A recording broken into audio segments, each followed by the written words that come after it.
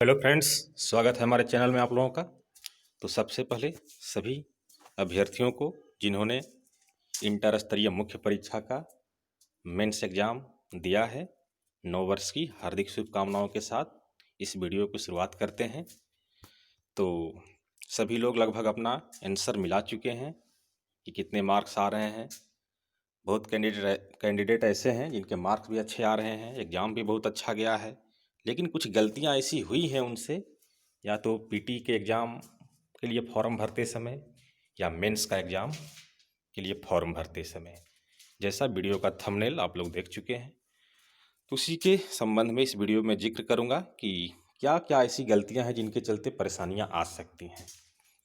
तो जितने भी कैंडिडेट 100 प्लस 110 प्लस भी अपने मार्क्स बता रहे हैं, कुछ 115 प्लस भी बता रहे हैं, कईयों के तो 120 प्लस भी आ रहे हैं। उसमें से मैं ये बताना चाहता हूँ कि मैक्सिमम कैंडिडेट बीसी और एमबीसी कैटेगरी के हैं। जो भी लोग 105 प्लस 110 प्लस 115 प्लस में हैं, 120 प्लस में भी कुछ लोग हैं, वे लोग मैक्सिमम 80% कैंडिडेट उसमें से बीसी और एमबीसी कैटेगरी के हैं।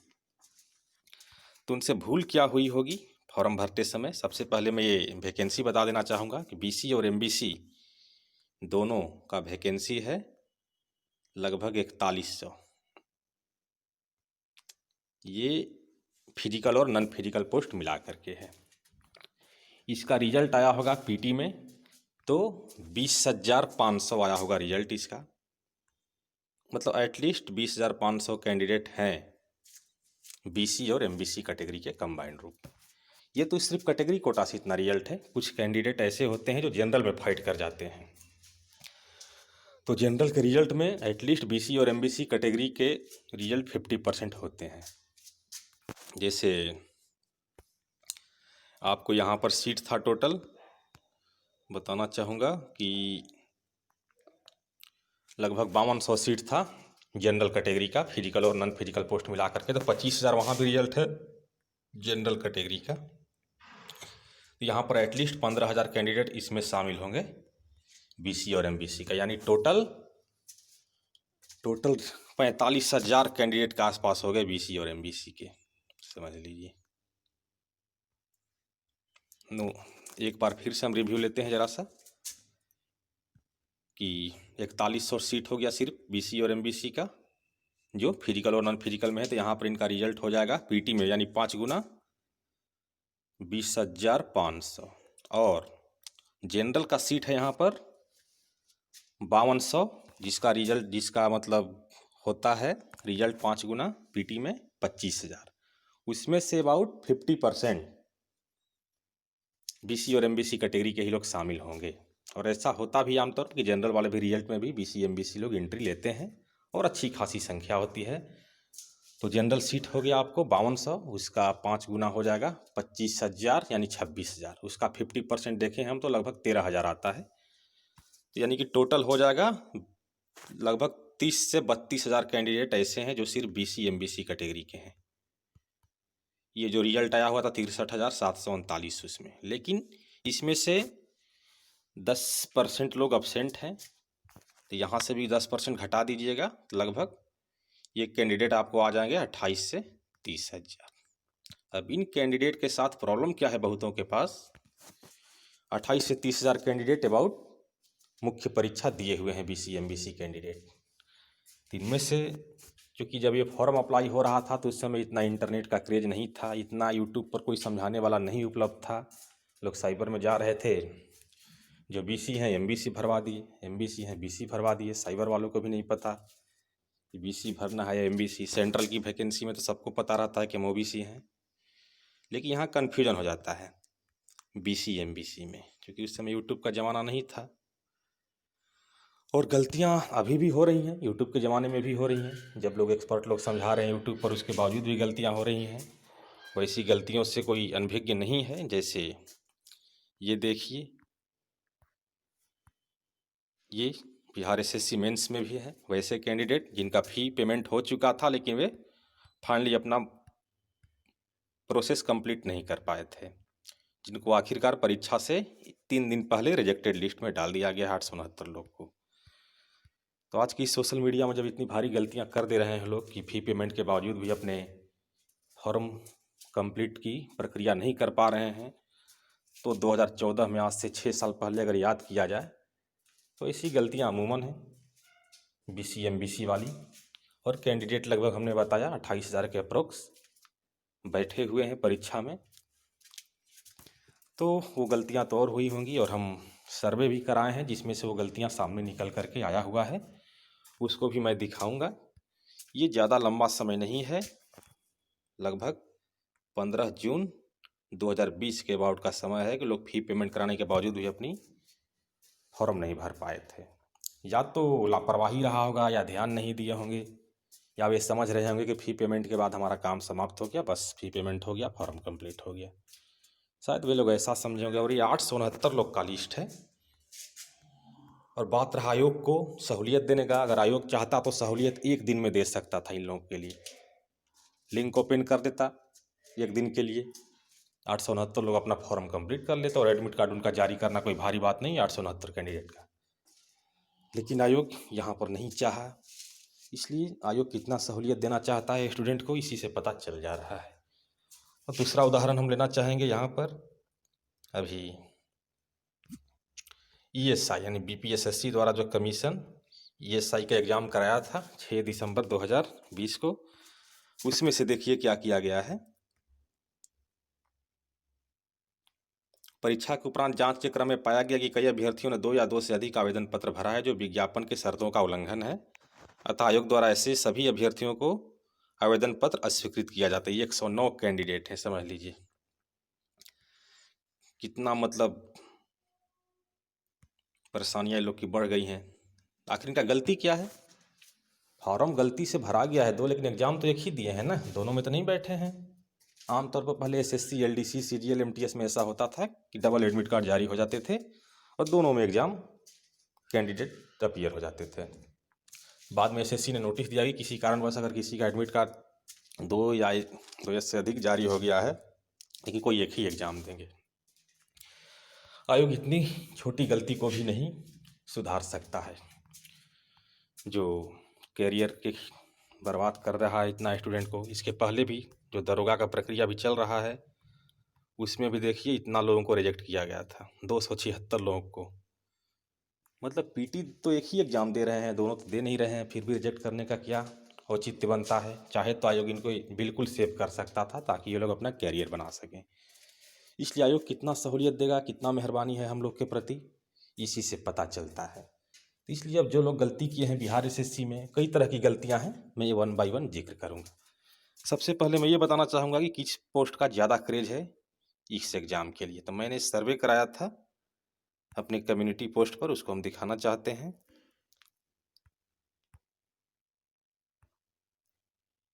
हाँ, ये देखिए, बिहार कर्मचारी चयन आयोग के मुख्य परीक्षा में शामिल होने वाले अभ्यर्थियों का फर्स्ट प्रेफरेंस क्या है, ज़रूर बताएं। तो लगभग 1.2 हज़ार लोग इसमें शामिल हुए हैं, जिसमें से 62% लोग राजस्व कर्मचारी को फर्स्ट प्रेफरेंस में रखे हैं, 23% पंचायत सचिव को रखे हैं, और अदर में 15%।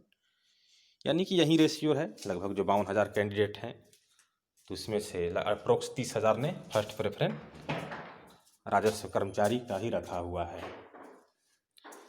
तो आइए अब चलते हैं दूसरे बात पर।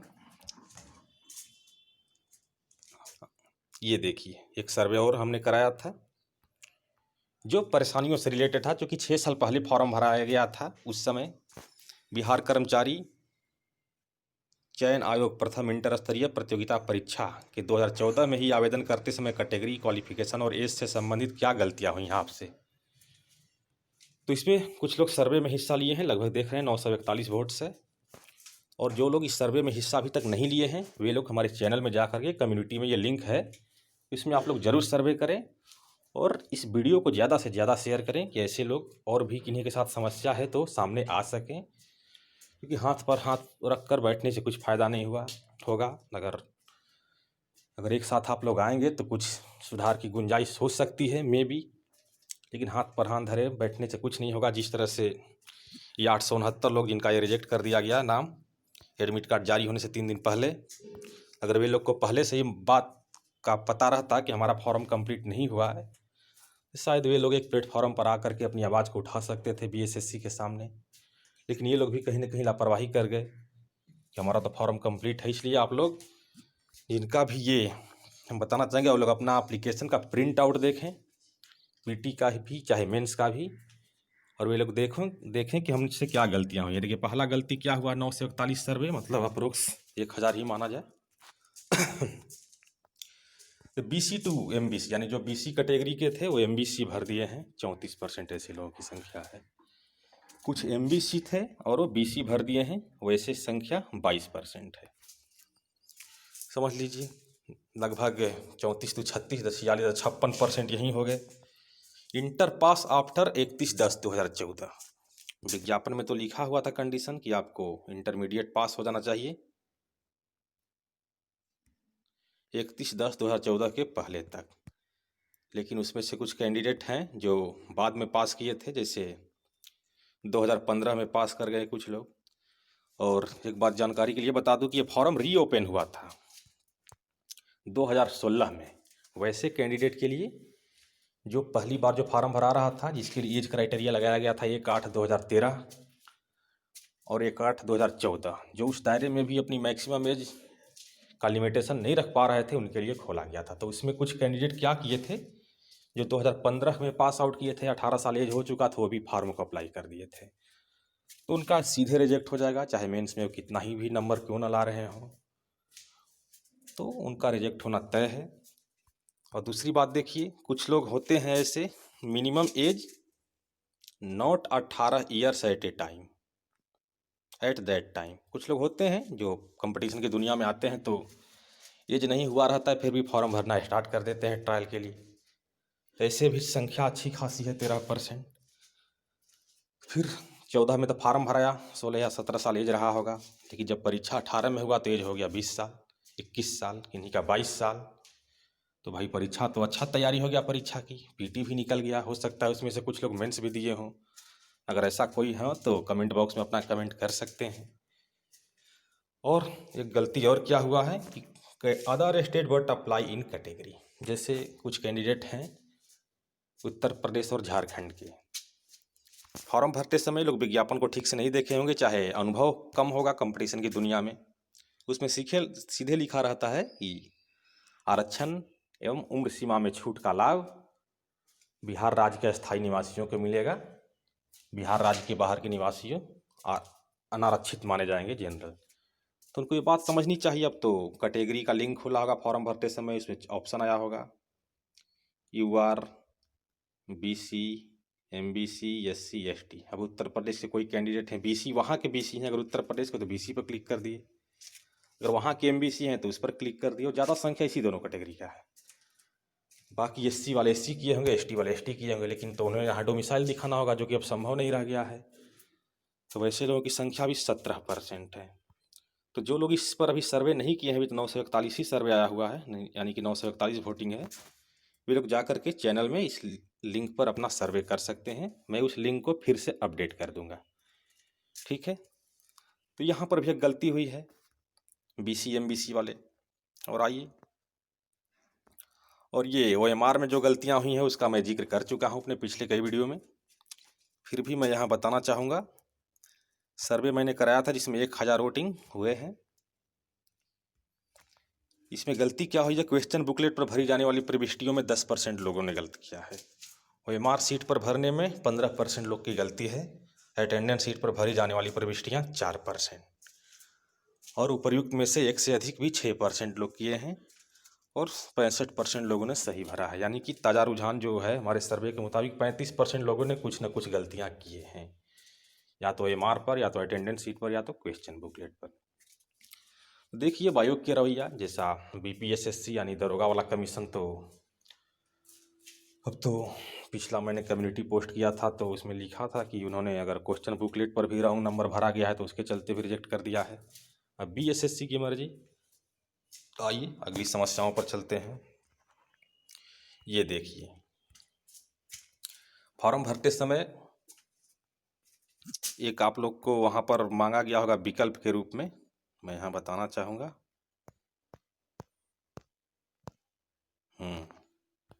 ये देखिए, फॉर्म भरने के समय में जैसे ही फी पेमेंट हुआ होगा उसके बाद आया होगा अप्लाइड पोस्ट टाइप। तो इसमें तीन ऑप्शन आ रहा था, नॉन फिजिकल,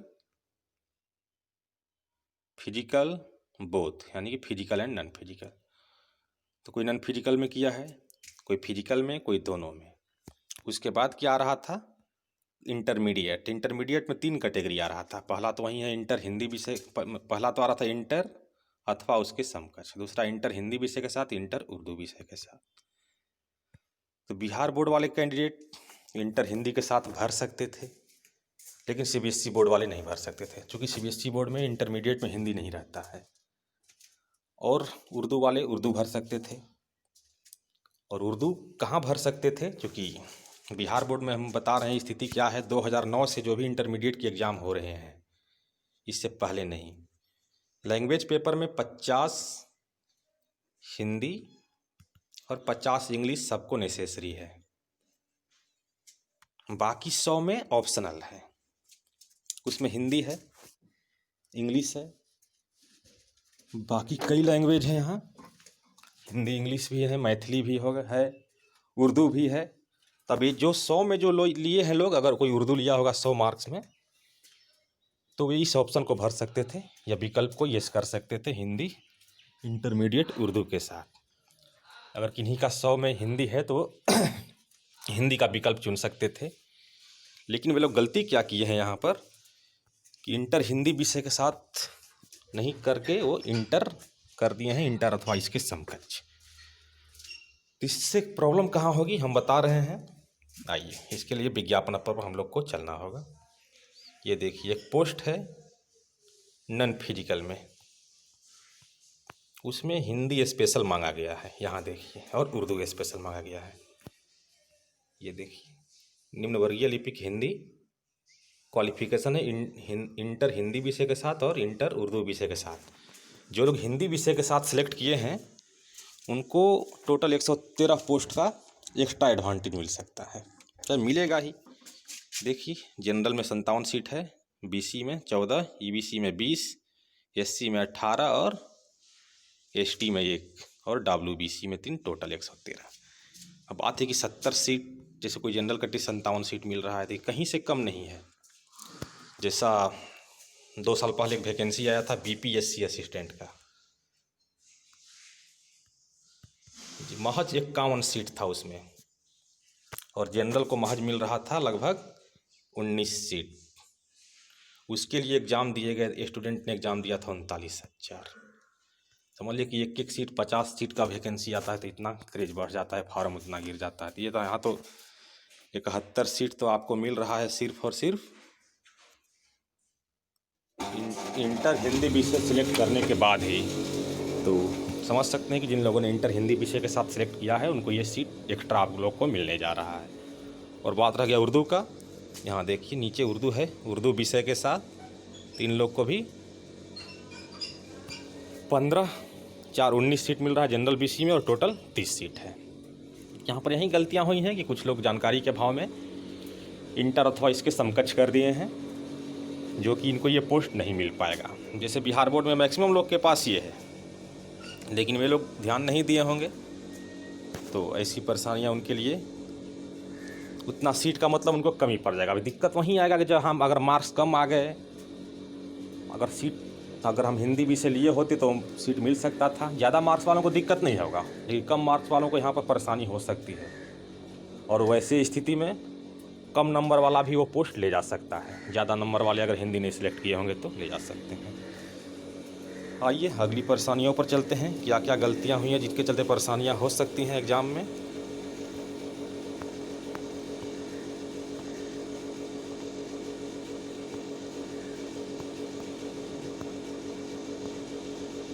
हाँ, ये देखिए, यहाँ पर भी एक बहुत भारी मिस्टेक किए हैं कैंडिडेट 906 वोटिंग में। और यहाँ इसके पहले हम ये दिखाना चाहेंगे, ये वाला, हाँ, लगभग 985 वोट्स आए हुए हैं हमारे सर्वे में, जिसमें 25% लोग ही इंटर हिंदी विषय के साथ सिलेक्ट किए हुए हैं। यानी कि 52,000 हो गए, तो लगभग 12,000 13,000 लोग ही इंटर हिंदी विषय के साथ सिलेक्ट किए हैं, बाकी लोग इंटर अथवा इसके समकक्ष। बाकी उर्दू का संख्या तो खैर बहुत ही कम है। तो हाँ, अगली परेशानी पर चलते हैं। ये सबसे भारी परेशानी है। अगर इसमें से बहुत लोग, ये देखिए कितने कैंडिडेट ऐसे हैं जो कंप्यूटर टंकन में नो किए हैं 15%, कंप्यूटर दक्षता में 16% और दोनों में 69% कर दिए हैं। तो ये 906 जो वोटिंग आया है, ये लोग को पंचायत सचिव नहीं मिल पाएगा, चाहे वह कितने भी नंबर क्यों ना ला दें। 115 ला दें, 120 ला दें, पंचायत सचिव नहीं मिल पाएगा। हाँ, राजस्व कर्मचारी मिलेगा, गणीय लेखा लिपिक मिलेगा, इन लोग को यह पोस्ट नहीं मिल पाएगा। आइए इसके लिए चलते हैं। ये देखिए यहाँ पर जो मांगा जा रहा था, मैं इसके लिए वीडियो सेपरेट बना चुका हूँ, फिर भी मैं यहाँ समझा देता हूँ। देखिए, आशु लिपि, श्रुति लेखन, हिंदी टंकन, अंग्रेजी टंकन, ये सभी आपको ज़रूरत है फिजिकल वाले पोस्ट के लिए। कंप्यूटर संचालन ज़रूरी है नॉन फिजिकल पोस्ट के लिए, कंप्यूटर टंकन भी ज़रूरी है नॉन फिजिकल पोस्ट के लिए, और कंप्यूटर दक्षता वनली एंड वनली ज़रूरी है पंचायत सचिव के लिए। DCA ज़रूरी है, स्वागतक वाला जो था पर्यटन विभाग में एक पोस्ट, उसके लिए, और फॉरेन लैंग्वेज भी उसी के लिए ज़रूरत है, और टेक्निकल क्वालिफ़िकेशन कोई और पोस्ट था जिसके लिए ज़रूरत था। लेकिन जो लोग यहाँ कंप्यूटर दक्षता में नो कर दिए होंगे तो उनको पंचायत सचिव नहीं मिल पाएगा, और जो कंप्यूटर टंकन में नो कर दिए होंगे तो उनके लिए भी नॉन फिजिकल पोस्ट का मैक्सिमम पोस्ट उनके हाथ से निकल जाएगा। क्यों कि देखिए विज्ञापन में सीधा सीधा लिखा हुआ है, सब पोस्ट में लिखा हुआ है कंप्यूटर संचालन एवं कंप्यूटर टंकन, और दोनों एक ही साथ वैलिड है। और जब ऑप्शन मांगा गया था फॉर्म भरते समय तो यहाँ दोनों का ऑप्शन था, देखिए कंप्यूटर संचालन और कंप्यूटर टंकन, और दोनों में ही ये करना ज़रूरी है अगर नॉन फिजिकल पोस्ट चाहिए तो। आइए देखते हैं MS ऑफिस में क्या था। हाँ, यहाँ देखिए पंचायत सचिव के लिए कंप्यूटर पर टंकन तथा MS ऑफिस का ज्ञान, इसलिए दोनों पर ये होना ज़रूरी है। और दिखाना चाहते हैं, और देखिए कंप्यूटर संचालन क्या चाहिए, आशु लेखनम, कंप्यूटर संचालन में दक्षता, यानी कि अगर इनको ये पोस्ट चाहिए आशु लिपिक, आशु टंकक, तो उनको दोनों पर यस करना होगा, आशु लेखन पर भी और कंप्यूटर संचालन में भी यस करना होगा। लेकिन जो लोग कंप्यूटर टंकन और MS ऑफिस में नो कर दिए हैं, वे चाहे कितने भी नंबर लाएँ, उनको ये पोस्ट नहीं मिल पाएगा नॉन फिजिकल का मैक्सिमम, जैसा आप लोग स्क्रीन पर देख पा रहे हैं।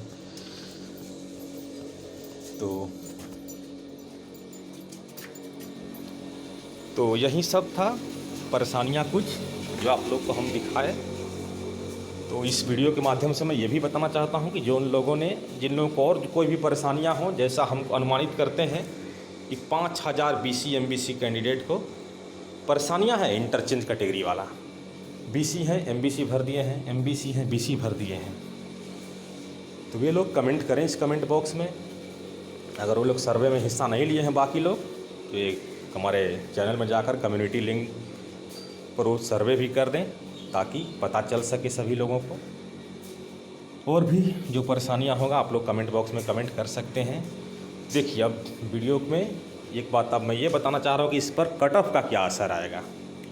तो कट ऑफ का क्या असर होगा, अगर 5000 कैंडिडेट जिनको परेशानी है BC MBC वाला, अगर उसमें से 1000 भी कैंडिडेट 110 प्लस वाले हैं, तो उससे कट ऑफ में बहुत भारी गिरावट आ जाएगी, खास करके BC और MBC कैटेगरी में। SC ST जनरल पर कोई असर नहीं आएगा, लेकिन BC MBC कैटेगरी पर असर आ जाएगा।